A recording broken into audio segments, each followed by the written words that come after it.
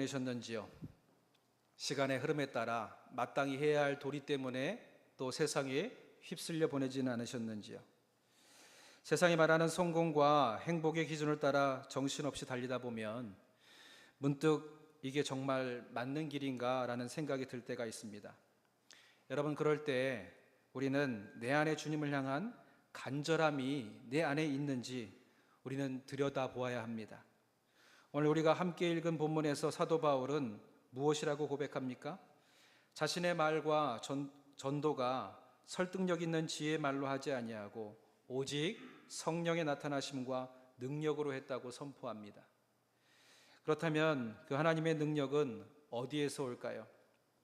저는 오늘 그 통로가 바로 우리의 간절함이라고 말씀드리고 싶습니다. 인간의 지혜와 계산을 모두 다 내려놓고 오직 주님 한 분만을 구하는 그 순전한 간절함이 우리 안에 있을 때에 하나님의 능력이 우리의 삶에 나타난다는 것이지요. 오늘 우리가 이 본문의 말씀과 함께 우리가 너무나도 잘 알고 있는 삭개오의 이야기, 그리고 맹인을 고치신 예수님의 이야기를 살피면서 우리의 간절함이 어떻게 우리의 삶을 바꾸어내는지, 어떻게 우리의 삶의 길을 열어가는지 은혜와 교훈을 얻고자 합니다. 첫 번째로 간절함이 잃어버린 나를 깨운다는 거예요. 간절함이 잃어버린 나를 깨운다. 누가복음 19장 2절에 우리가 알고 있는 삭개오를 이렇게 소개합니다. 삭개오라 이름하는 자가 있으니 세리장이요 또한 부자라. 세리장 그리고 부자, 세상의 기준으로는 모든 것을 가진 사람이었습니다. 지위도 가지고 있고 부도 가지고 있는 사람. 여러분, 그런데 역사가 도미니코스라는 사람이 이런 말을 해요. 인간은 이름을 잃을 때 그 영혼도 함께 잃게 된다. 사람들은 삭개오의 이름을 부르지 않습니다. 그저 세리장이라고 불러요. 그의 이름의 뜻은 순결한 자, 정직한 자였지만 세상에 끌려가는 동안 그는 자신의 진짜 정체성을 잃어버린 채로 직함만을 가지고 살아가는 인생이 되어버립니다. 언젠가 마강수 씨의 소설 이름 없는 여인이 되어라는 책이 있었는데 그 제목대로 세상의 여성들이 엄마라는 이름으로 또 여성의 역할로 자신의 본연의 정체성을 잃어버린 채로 살아가는 모습을 꼬집었던 책의 내용을 기억합니다. 여러분, 오늘 우리도 그렇지 않은지요? 누군가의 어머니이고 누군가의 아버지이고 때로는 직장에서 과장님으로 또 사장으로 내 직함대로 불리면서 진짜 나를 잃어버린 채 살아가고 있지는 않은지요? 여러분, 이것이 바로 우리의 영적인 공황 상태라는 겁니다. 간절함이 없으면 우리는 세상의 이 흐름 가운데 그저 끌려가는 인생이 될 수밖에 없다는 거지요. 여러분, 그런데 이 삭개오의 이야기에서 놀라운 일이 일어납니다. 삭개오의 마음속에 처음으로 간절함이 싹트기 시작하는 거예요. 그저 세상의 흐름대로, 돈의 흐름대로, 권력의 흐름대로 살아왔었는데 처음 이 흐름을 깨는 간절함이 그의 마음에 생겨나는데 그 간절함이 무엇이었습니까? 바로 예수님은 어떤 분일까 하는 궁금함이었어요. 이 궁금함이 싹트기 시작하니까 그분을 보고 싶고 그분을 만나고 싶고 그분을 가까이 하고자 하는 간절함이 마음속에 일어나기 시작했습니다. 그리고 그 간절함 하나가 그를 돌무화과 나무 위로 오르게 했지요. 여러분, 생각해 보세요. 세리장, 그냥 일반 세리가 아니라 그 모든 세리들을 이끌 수 있는 가장 위에 서 있는 우두머리격인 이 세리장의 위엄을 다 내려놓고 부자로서의 자존심도 완전히 내려놓은 행동이 바로 이 돌무화과 나무 위에 올라갔던 그의 행동이었습니다. 체면도 사람들의 시선도 상관없었어요. 여러분, 이것이 진정한 메타노니아, 삶의 방향이 바뀌는 전인격적인 변화와 회개의 시작이고요. 잃어버린 정체성을 찾는 첫걸음, 그 간절함이 묻어넣는 그 삭개오의 인생의 걸음의 첫 시작이었다는 겁니다. 여러분, 그 간절한 행동이 수많은 군중 속에서 예수님의 시선을 사로잡게 되는 거예요. 주님의 눈이 군중 속 한 사람의 영혼의 소리를 듣게 합니다. 그리고 그 간절함에 응답하시면서 이렇게 말씀해 주시지요. 삭개오야 속히 내려오라. 내가 오늘 내 집에 유하여야 하겠다. 여러분, 주님은 삭개오를 세리장으로 부르지 않으시지요. 그의 이름으로 부르십니다. 그가 잊고 있던 순전한 사람, 정직한 사람, 잃어버렸던 정체성을 회복하고 그의 영혼을 다시 한번 일깨우시는 주님의 음성이 이 삭개오의 귓가에 울려 퍼지는 거예요. 이 간절함에 나를 이끄는 주체가 바뀝니다. 그동안에는 돈의 흐름에 따라 살아왔어요. 세상의 권력의 흐름에 따라 살아왔어요. 사람들의 시선에 우위에 서기 위한 흐름 속에 나를 맡기면서 살아왔어요. 그런데 처음으로 그 흐름을 깨트리고 내 본연의 모습대로 살아가는 첫 걸음이 예수님이 그를 삭개오라고, 순전한 자야, 정직한 자야 라고 부르는 그 순간부터 세상의 이 모든 흐름을 깨고 첫 걸음을 내딛기 시작하는 겁니다. 그리고 둘러보니까 나처럼 이 정체성을 잃고 살아가는 인생들이 보이는 거예요. 내 밑에 있는 수많은 세리들, 돈의 흐름에 따라, 세상의 권력에 따라 이리저리 휩쓸리는 인생들이 보이는 거예요.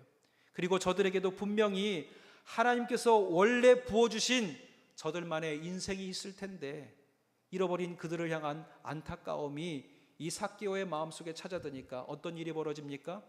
예수님과 함께하는 그 식탁에 자신과 같은 죄인된 모습으로 살아가는 모든 세리들을 불러서 하나님의 그 은혜에 이들이 참여할 수 있도록 이끄는 삶을 살아가는 삭개오의 모습을 우리는 다시금 보게 되는 거지요.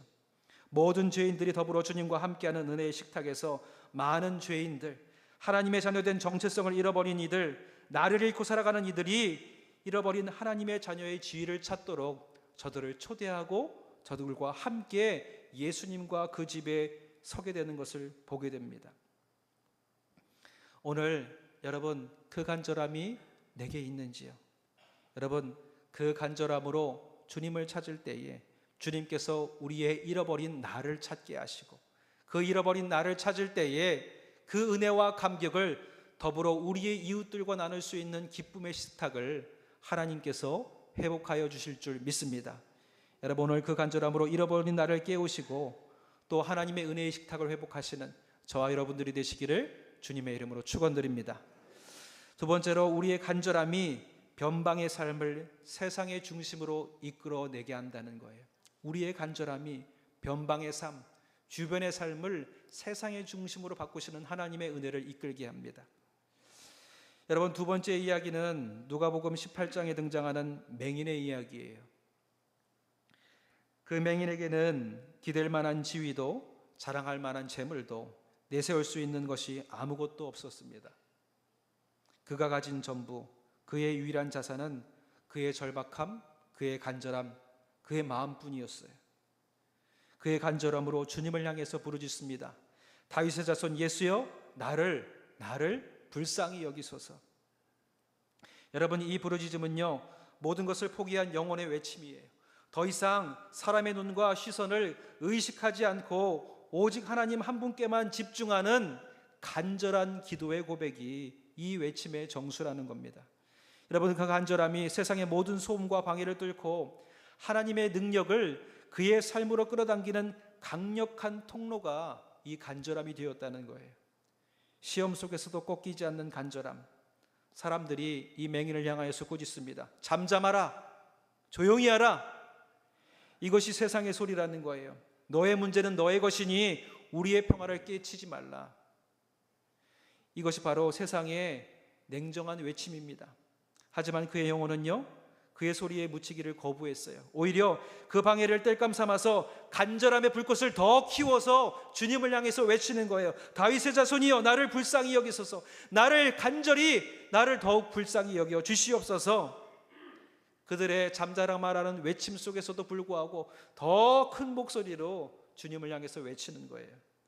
여러분, 이건 반항이 아니라요, 간절함이 준 영혼의 용기라는 것인 줄 믿습니다. 세상의 체면, 사람들의 시선, 자존심이 모두 벗겨진 그 자리에서 비로소 순전한 믿음의 고백이 여기에서 드러나는 겁니다. 여러분, 그런데 이 맹인의 삶의 자리는 늘 길가에 있었어요. 누가는 그의 삶의 자리를 일부러 꼬집어서 길가에 앉아 있던 맹인이라고 이야기합니다. 그의 삶의 자리는 세상의 중심이 아닌 변두리, 그 누구도 관심 갖지 않는, 세상에 관심에 머물지 않는 버려진 공간에 머물러 있던 인생이었다는 겁니다. 그런데 주님의 귀는요, 세상의 화려함 속에 두고 계신 것이 아니라 가장 낮은 변두리, 가장 낮은 곳을 향해서 주님께서는 그의 귀를 기울이시고 우리의 간절한 외침을 들어주시는 분이 우리 하나님, 우리 주님이신 줄 믿습니다. 이 부르짐을 들으시고요, 예수님께서 말씀하세요. 예수께서 머물러 서서 명하여 데려오라 하셨더니, 이 맹인의 간절함을 통해서 변두리의 인생이 세상의 수많은 사람들이 이목을 집중하는 세상의 중심에 서게 되는 거예요. 수많은 인파의 발걸음에 묻혀있던 변두리의 한 인생이 이제는 그 모든 군중의 시선이 집중되는 기적의 한복판, 이야기의 중심이 되는 예수님과 함께하는 그 자리로 걸어 들어오게 되는 거지요. 간절함 하나가 그의 삶의 자리를 통째로 바꿔내는 것을 우리가 이 이야기에서 목도하게 됩니다. 사무엘상 2장 8절에서 하나님의 말씀은 우리에게 이렇게 전합니다. 가난한 자를 진토에서 일으키시며 빈궁한 자를 거름더미에서 올리사 귀족들과 함께 앉게 하시며 영광의 자리를 차지하게 하시는도다. 여러분, 하나님의 관심은 여기에 있다는 거예요. 세상의 중심의 손자들에게 있는 것이 아니라 진토 가운데 머물러서 빛을 잃고 있는 자들을 진토 위에서 하나님의 영광의 자리를 차지할 수 있도록 이끌어내고자 오늘도 당신의 길을 주변을 향하여서, 변두리를 향하여서, 변방을 향하여서 귀 기울여주고 계시는 분이 우리 하나님, 우리 주 예수님이신 줄 믿습니다. 오늘 이 맹인의 이야기에 앞서에 있던 이야기를 보면 불의한 재판관의 이야기가 나와요. 불의한 재판관의 이야기를 통해서도 주님의 관심이 어디 있는지 변두리에 있는 인생들에게 분명하게 밝혀주십니다. 이렇게 기록되어 있어요. 예수께서 그들에게 항상 기도하고 낙심하지 말아야 할 것을 비유로 말씀하시면서 불의한 재판관의 이야기를 들려주십니다. 그리고 그 끝자락에 이렇게 말씀하시지요. 하물며 하나님께서 그 밤낮 부르짖는 택하신 자들의 원한을 풀어주지 아니하시겠느냐, 그들에게 오래 참으시겠느냐. 여러분, 이게 주님의 마음이신 줄 믿습니다. 오늘 우리가 아무도 알아주지 않는 인생의 변방, 우리의 삶의 자리에서 간절히 주님께 외칠 때 주님은 우리의 음성을 들으시고 세상의 변방에서, 세상의 중심으로 우리를 인도하여 주실 줄 믿습니다. 여러분, 요셉의 삶을 보아도 그의 처음은 변방에서부터 시작되지요. 아무도 알아주지 않는 곳, 아니 시선이 닿지 않는 저 감옥에서부터 시작해서 그를 훈련시키고 그를 다듬어내시고 그의 간절함에 귀 기울여 주셔서 그와 늘 함께 하시면서 어디까지 이르게 하십니까? 세상의 중심에서 하나님의 은혜와 하나님의 역사와 하나님의 영광이 펼쳐지는 세상의 중심 가운데로 우리를 인도해 주신다는 거예요. 여러분, 내 삶이 은혜에서 벗어난 인생처럼 보이십니까? 여러분, 오늘 우리의 삶에서도 하나님이 우리를 친히 인도해 주시는 줄 믿습니다.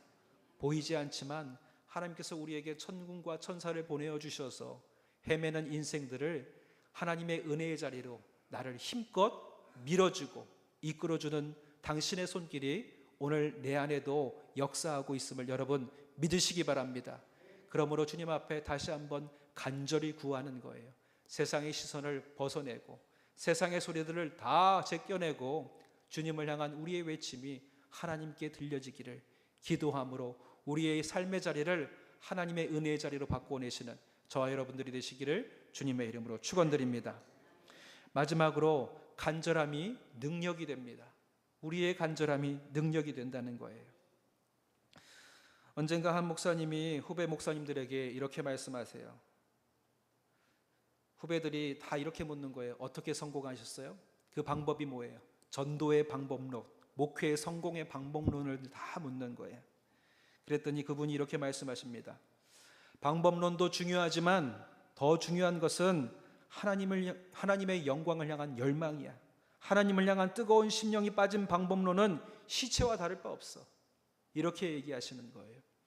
세상에 수많은 방법들이 있고 이론이 있고 기술들이 있고 이런 방법들이 있지만 여기에 하나님을 향한 열정이 빠지고 나면 아무것도 아니라는 겁니다. 여러분, 여기 이 자리에서 우리는 물어야 된다는 거예요. 세상의 방법이 아니라 이 모든 기술과 이 방법들이 왜 누구를 위해서 쓰여지는가를 우리가 질문하고 그 간절함을 내 안에 품지 않는 이상 우리는 열매를 맺을 수 없다는 겁니다. 여러분, 기독교 역사에 우리가 잘 알고 있는 최권능 목사님 아시지요? 뭐라고 외치셨던 분입니까? 예수천당 불신지요.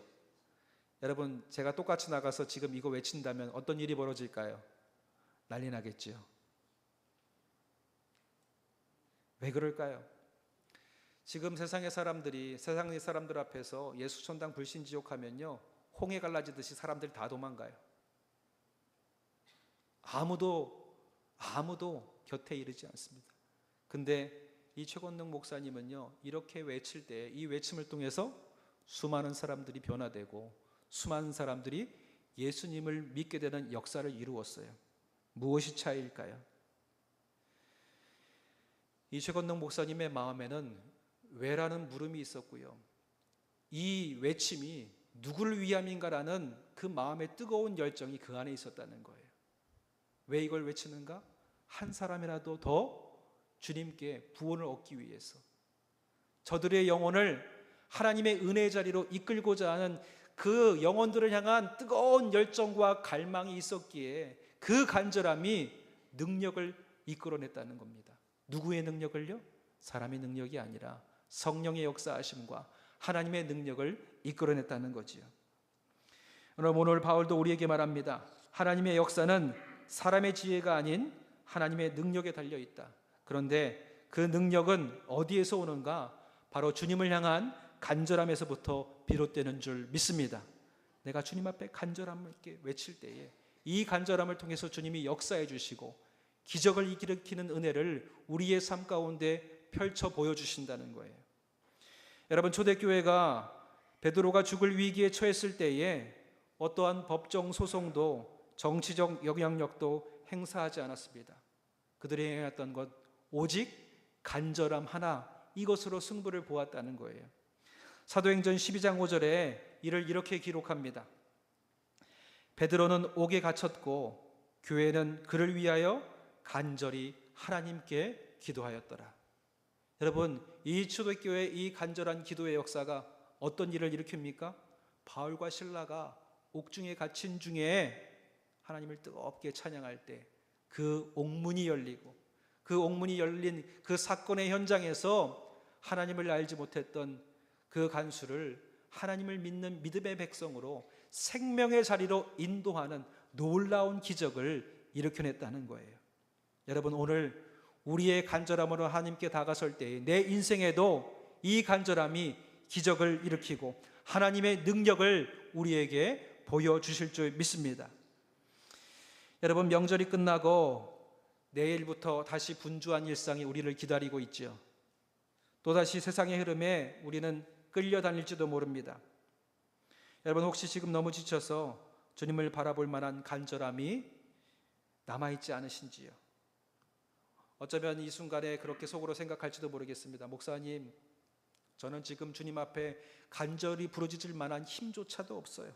너무 지쳐서 너무 부끄럽고 너무 죄송하지만 그렇게 뜨겁게 외칠 수 있는 힘이 내게 남아있지 않습니다 라고 말하시는 분도 계실지도 모르겠어요.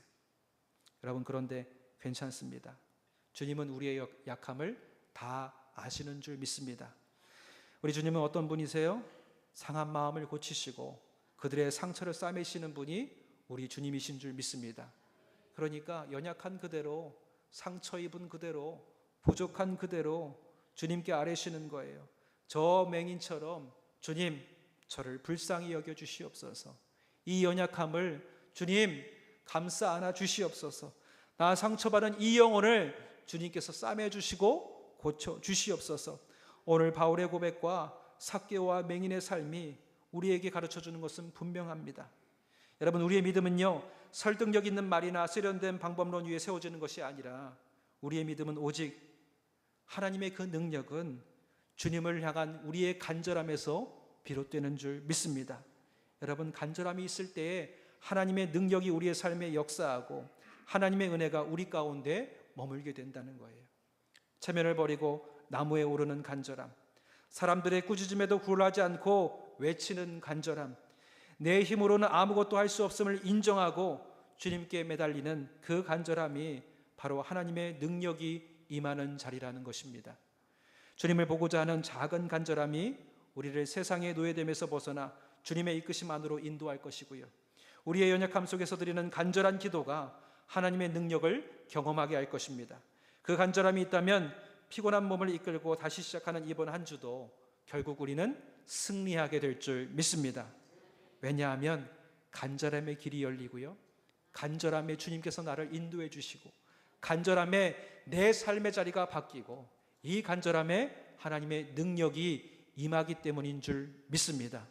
오늘 세상의 중심에서 하나님의 은혜를 구하며 저 맹인과 같이 삭개오처럼 주님을 간절한 소리로 부르짖을 때에 나를 세상을 따라 흘러가는 인생이 아니라 나를 이 땅에 보내신 사명의 목적대로 살게 하시고, 저 변방에서 세상의 중심에서 하나님의 은혜를 맛보게 하시고, 내 이 간절함으로 하나님의 능력을 경험하는 은혜의 자리에 서시는 저와 여러분들이 되시기를 주님의 이름으로 축원드립니다. 기도하겠습니다. 사랑의 하나님, 오늘 말씀을 통해 잠들어 있던 우리의 영혼을 깨워주시니 감사합니다. 세상의 기준에 맞춰 사느라 지치고 피곤한 우리들, 아버지 하나님, 오늘 이 말씀 속에서 우리를 깨우시는 하나님의 음성을 듣게 하여 주시옵소서. 삭개호야 불렀던 주님의 음성, 순전한 자야, 정직한 자야. 아버지 하나님, 나를 향한 주님의 부르심은 무엇일까요? 아버지 하나님, 나를 이 땅에 보내신 하나님의 원래의 그 목적, 하나님의 자녀된 권세를 회복하는 우리 모두가 되게 역사하여 주시옵소서. 체면과 자존심이라는 돌무화과 나무 아래의 삶을 청산하고 주님을 만나기 위해 기꺼이 나무 위로 올라가는 용기를 우리에게 허락하여 주시옵시고, 세상이 아닌 주님께서 우리의 이름을 불러주시는 감격을 누리게 하시고 주님과 함께하는 거룩한 식탁의 기쁨을 회복하게 하여 주시옵소서. 또 길가의 맹인과 같이 부르짖는 간절함을 우리에게 허락하여 주셔서 잠잠하라는 세상의 방해와 꾸짖음에도 굴하지 아니하고 주님 나를 불쌍히 여겨주셔서 더욱 크게 외치는 믿음을 허락하여 주셔서 우리의 간절함에 주님의 발걸음을 멈추어 주셔서 우리의 삶의 자리를 우리의 인생의 변두리에서 하나님의 은혜가 펼쳐지는 세상의 중심으로 옮겨주시는 그 기쁨을 누릴 수 있게 역사하여 주시옵소서. 아버지 하나님, 이제 세상으로 나아갑니다. 지혜의 방법이 아닌 주님을 향한 거룩한 건자람으로 하나님을 붙들고 살아가게 하여 주셔서 이번 한 주도 아버지 하나님의 능력을 힘입어 승리하는 인생 되게 역사하여 주시옵소서. 우리의 모든 걸음을 주님께서 인도하여 주실 것을 믿사오며 이 모든 건 예수님의 이름으로 간절히 기도드렸사옵나이다. 아멘.